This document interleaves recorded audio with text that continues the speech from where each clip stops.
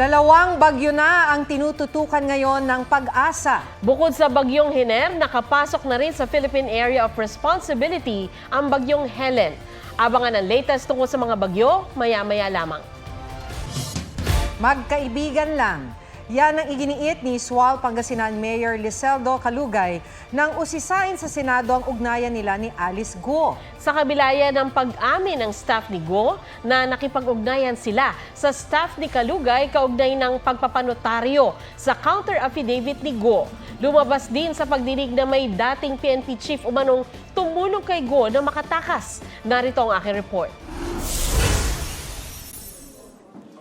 Meron bang tumulong na empleyado o opisyal ng gobyerno para makapuslit si dismissed Mayor Alice Guo palabas ng bansa? Sabi ng isang opisyal ng PAGCOR na dumalo sa pagdinig sa Senado, usap-usapan sa intelligence community na posibleng sangkot ang isang dating hepe ng PNP. I think it was mentioned the former chief PNP.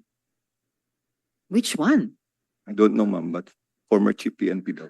Walang binanggit ang PAGCOR na pangalan ng dating PNP chief na tumatanggap pa umano ng buwanang payola mula kay Guo. It's just parang rumors lang within the intelligence community. I think they are validating it. Tinanong tuloy si Guo ni Senador Bato de la Rosa na naging hepe ng PNP. I'm concerned because I am a former chief PNP. Baka mamaya mayroong lalabas na script dyan na si Bato ay tumatanggap ng pera galing sa'yo. Wala pong ganun pong nangyayari. Sa impormasyong hawak ni Senador Riza Ontiveros, may mataas na opisyal umano ng Bureau of Immigration na tumanggap ng 200 million pesos para makatakas si Guo. Nakakuha po tayo ng intelligence information with regard to the amount. Pero for, with regard to dun sa tumanggap po ng that amount na isang BI personnel or associated sa BI, wala pa ho, pero we're still validating. Sa unang pagkakataon, humarap sa pagdinig si Sual, Pangasinan Mayor Liseldo Calugay. Itinanggi ni Calugay na nobyo siya ni Guo. Magkaibigan lang daw sila. Pero tanong ng mga senador, bakit sila magkasama sa kampanya ng isa't isa at tila nagsusuot ng mga couple shirt? Nagpadala rin si Calugay ng bulaklak kay Guo noong Valentine's Day. Yan po, nagdala po ako ng imbitasyon po doon po sa Kasalang Bayan. At siyempre po, Your Honor, Mayor din po yung pagbibigyan ko, kaya po binigyan ko rin po ng maayos po na bulaklak. Wala po akong pakialam kung meron man kayong romantic relationship. We are interested in the possibility of your criminal relationship. May mga negosyo rin daw na tila nakapangalan kina Calugay at Guo. AC Aqua Farm, D Aqua Farm, Lixel Fish Farm, Dongguo Fish Farm, Guco Aqua Farm. Lixel, Alice, LIC, and Liseldo. Donggo, Dong, and Go. Tinalo nyo pa si Dong yan, ha? Itong mga businesses ito, front lang to for possible money laundering purposes. Wala po kung ganyang negosyo po, Your Honor. Lumabas din sa pagdinig na tinulungan ng executive assistant ni Calugay na si Cheryl Medina ang mga staff ni Guo para makapagpanotaryo ng counter affidavit ng dating alkalde kahit nakaalis na ng bansa. Kinumpirma ito ng secretary ni Guo na si Catherine Salazar. Bakit sa kanya pa tumawag, Ms. Kat? Your Honor, yun po yung instruction po ni ma'am. Tinawagan niya po ako. Tawagan ko daw po si Ma'am Che kung may kilala daw po na lawyer na magnonotaryo po. Ang sabi po niya, i-attach ko daw po sa last page nung affidavit po niya. Sabi ni Guo, pinirmahan niya ang signature page ng affidavit noong pang unang linggo ng Hulyo. Nadiin tuloy ang notaryong si Attorney Elmer Galicia. Nagsinungaling si Attorney Galicia, no? Dahil hindi ito pinirmahan sa harap ni Attorney Galicia. Definitely, nagsinungaling siya at dapat siyang kasuhan rin ng DOJ. Biktima po ako. I am invoking my right against self-incrimination po.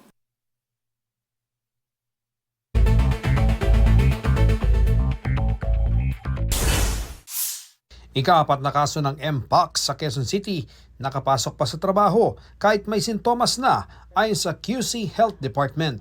14 na close contacts niya, tukoy na. Special Tracker Team Pinakilos na ng PNP para mahanap si dating presidential spokesperson Harry Roque na may arrest order mula sa Kamara. Magpakalalaki ka, umarap ka dito sa amin, hindi yung nakatalikod ka palagi sa quad. Sa kanyang social media post, sinabi ni Roque na hindi siya magpapaaresto sa komite. Aantayin ko po ang desisyon ng Korte Suprema. Kapag sinabi ng Korte Suprema, ilabas ang dokumento, ilalabas ko po yan. Pero sa ngayon po, antayin muna natin ang desisyon ng hukuman. Kinumpirma ng AFP na may Army Signal Battalion na reservist status ang Kingdom of Jesus Christ. Inaalam pa kung ito ang sinasabing private armed group ni Kibuloy na Angels of Death. Pinabulaanan niya ng abogado ni Kibuloy at sinabing prayer warriors at hindi private army ang mayroon ng pastor. Ian Cruz nagbabalita para sa GMA Integrated News. Nasa 9,000 individual ang apektado ng malawakang pagbaha sa Palawan. Nagiba naman ang isang pader sa Albay. May report si Joseph Morong. Bumigay ang pader na yan sa lakas ng paggagasa ng baha sa Pulanggi, Albay. Lumubog naman sa baha ang palayang yan sa Abongan, Palawan. Ang animoy ilog na tinawid ng lalaking yan sa Roas, Palawan, palayan rin pala. Marami dito sa mga palayan dito, ang sabi sa atin ay yung mga palay sana ay aanihin na. Sa taas ng baha sa ilang lugar, halos bubong na lamang ang kita sa ilang bahay. Nagbabangka na ang ilang residente. Sa El Nido, malalakas na alon ang sinuong ng mga rescuer para sagipin ang ilang taga-barangay Bebelada. Nasa 9,000 individual ang apektado ng baha mula sa 11 munisipyo ayon sa Palawan Risk Reduction and Management Council. Sa Corimao, Ilocos Norte, sinagipang isang mangingisdang nakatulog sa laot sa gitna ng masamang panahon kahapon. Hindi naman makapalaot ang mga mangingisda sa Dagupan City, Pangasinan dahil pinatutupad ang no sailing at no fishing policy. Sumabay ang high tide sa pag-ulan kaya bumaha sa mga kalsada.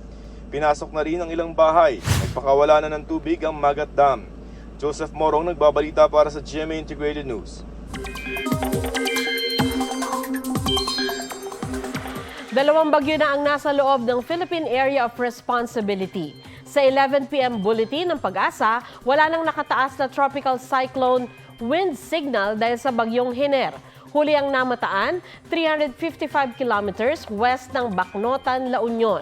May lakas ng hangin na 55 kilometers per hour at bugsong aabot sa 70 kilometers per hour. Posibleng ngayong gabi o bukas ng madaling araw ay lalabas na ng PAR ang bagyong Hiner. 6:30 p.m. naman nang makapasok na rin sa PAR ang bagyong Helen. Namataan niyan 1,290 kilometers east of extreme northern Luzon. Patuloy na hahatakin at palalakasin ng dalawang bagyo ang habagat. Magdoble ingat sa banta ng pagbaha at pagguho ng lupa.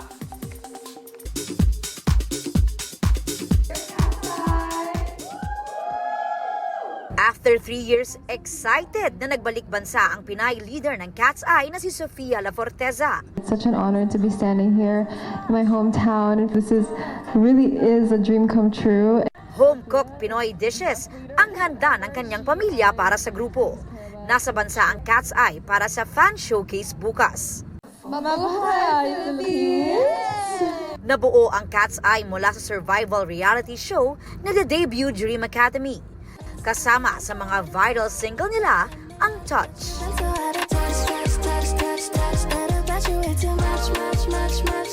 Na ginawa ni Sofia ng Taglish version. Ba't kaya ka out of touch, touch, touch, touch, touch? Iniisip ka too much, much, much, much, much. Tapos na as.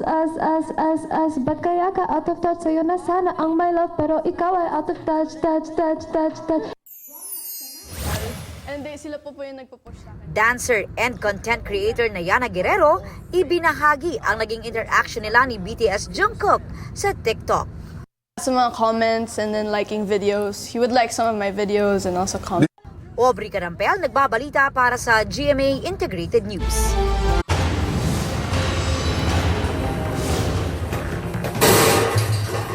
May sumabog sa bag ng lalaking yan habang namimili sa supermarket sa Lebanon. Sabi ng isang opisyal ng grupong Hezbollah, may nagpasabog ng mga pager sa gitna ng pakikipaglaban sa Israel. May 1,000 ang nasugatan, kabilang na ang mga Hezbollah fighter. tumangging magsalita ang Israel. Hinagat na ang hinimas niyang aso ang isang content creator. Nagpaalala naman ng eksperto na hindi dapat basta-basta hinahawakan ang mga aso. May report si Katrina Son. Video ito ng content creator na si Sandra Lian o mas kilala sa tawag na Lauren.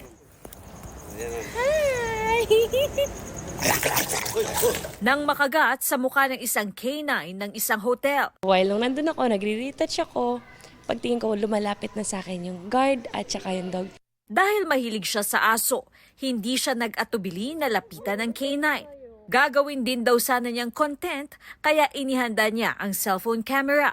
Hindi na ako pakilala sa aso. So pagkalingon ko, nagulat na rin ata din siya. Kasi syempre, siguro sa reaction niya is parang, sino ba to? Parang ganyan.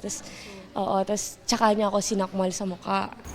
Bukod sa mukha, nakagat din siya sa kamay. Aminado si Lauren na mali ang ginawa niya at posibleng nagulat o na-threaten sa kanya ang aso. Dinala siya sa ospital ng staff ng hotel para mabakunahan. Naging lesson ko is yung wag basta-bastang hawak ng kahit anong pet. Ayon sa veterinaryo at expert canine trainer na si Dr. Abel Manalo, may mga aso raw na talagang trained to detect, guard, and protect, tulad ng hinawakan ni Lauren. Yung aso po kasi hindi naman ordinary dog yun eh. Belgian Malinois po yun, canine. Yung mga canine units, hindi po talaga dapat pinipet yan kasi hindi sila therapy dog, hindi naman sila pet dog. Nandun sila para mag-work. May ibang canine nga raw na may collar kung saan nakasulat, "Do not pet." Maaring na-trigger din daw ang aso kaya nangagat. Baka yung taas ng frequency ng boses ng babae nung lumapit na siya or masyadong dumikit yung babae. May mga senyales rin daw na posibleng maging agresibo ang aso. Ano man ang breed nito, tulad ng kapag naninigas ang katawan nito o hindi komportable, kung ang tenga ay nakadapa, hindi mapakali at nakatupi ang buntot. Lagi ring tandaan na hindi dapat basta-basta hinahawakan ang mga aso. Katrina Son, nagbabalita para sa GMA Integrated News.